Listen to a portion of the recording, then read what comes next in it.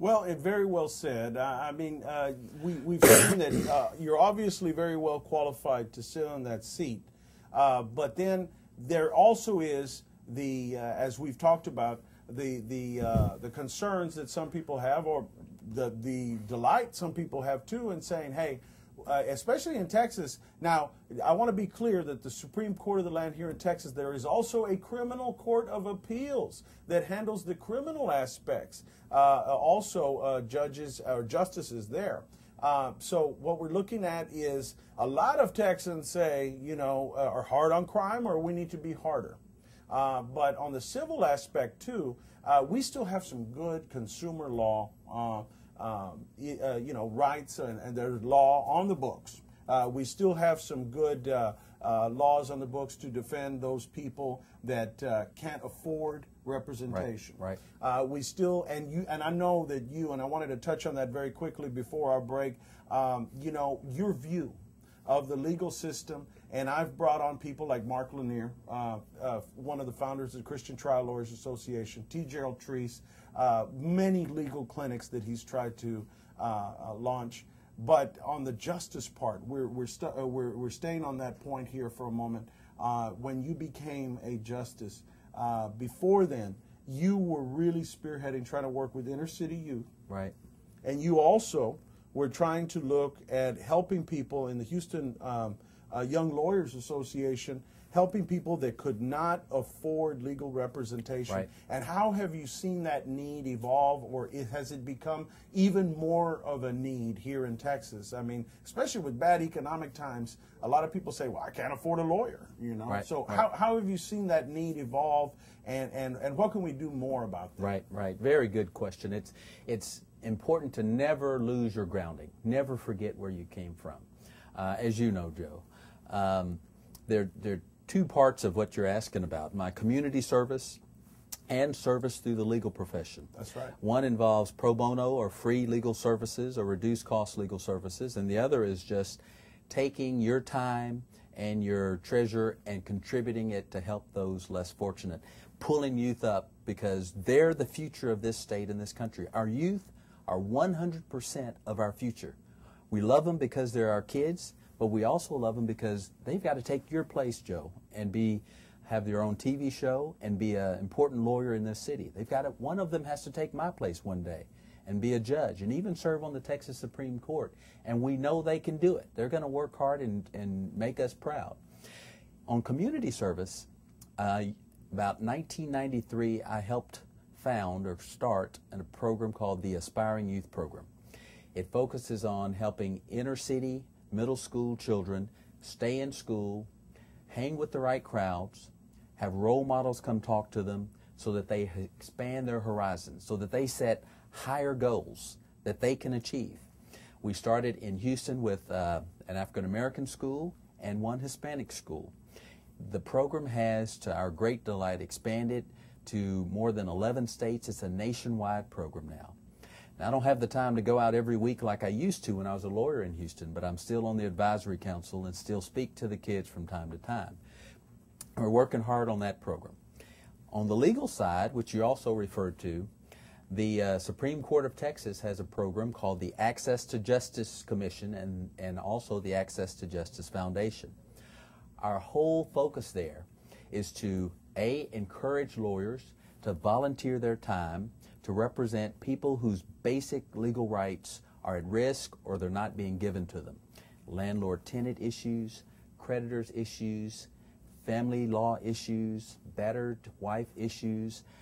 There are millions and millions of dollars every year that through our efforts we've been able to get lawyers to contribute and to donate their time to protect and help protect people whose rights are at risk through the Access to Justice Foundation. We're real proud of that program. It's doing well. We're constantly seeking to expand it because there are a lot of people in Texas and a lot who have needs, and with the economy, that may expand, as you said.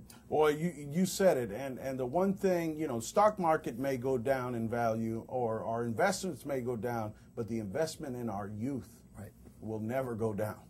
We need that, and I'm proud to have you on, and I'm proud to have someone on such as you as a Texas Supreme Court Justice. It means a lot to all the lawyers and all the people out there too, knowing that, hey, there are programs out there if you can't afford it. And I always tell everybody and give a plug to mytexasbar.com also. And there's also the legal referral information service, which I'm a part of. And you call that toll-free number and they can find you a lawyer. There is hope out there. Many of you all think, well, you know, the landlord just kicked me out, threw out all my clothes, my possessions. I don't have any recourse. That's not true. There's a lot of information out there. You just need to look. And Texas Rio Grande Legal Aid Clinic, I want to give a big plug to them because I work with them also and take on pro bono cases because that's what we need to do. And we also have that pro bono college that helps us out, Judge.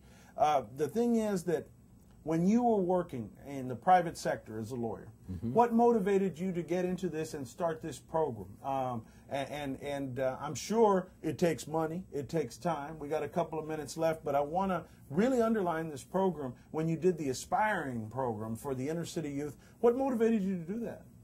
Well, I have kids, and I want my kids, like every parent wants their kids, to have a happy life and a healthy life and have the opportunity to achieve more than what they've been able to or been blessed to achieve.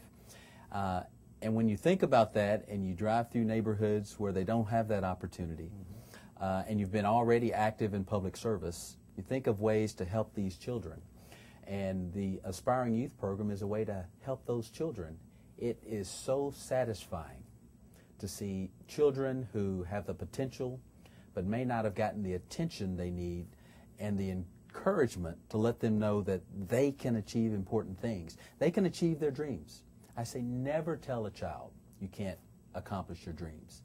Tell them to go for it. This is America, and in America you can go for your dreams.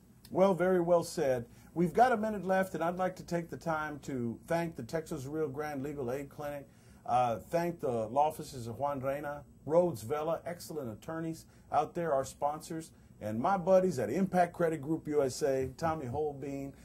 He's a great guy helping us out, especially in this economic crisis. And all our sponsors out there and all our viewers. And thank you all for the emails. You can reach me by comment at joe@floreslawfirm.com. Or you'd like to know more about Justice Wainwright, what's the best place they can find on email, website? If they can go to a website or a number to learn more about you. Okay. We have a website. The address is www.reelectdalewainwright.com. It has biographical information on my background. It has supporters listed on there. And it has a way to even make contributions to support the campaign. There you go. That's always helpful, I tell you, you know. And when we come back, we're going to talk about that, how politics and being a judge, how we reconcile that here in Texas. And we're also going to be talking about, since we have the distinct honor of having Justice Wainwright on here of the Texas Supreme Court, highest court in the land here in Texas. When we come back, we're going to be talking about specific cases that he can educate us on that affect us all, every man, woman, child here in Texas, when we come back.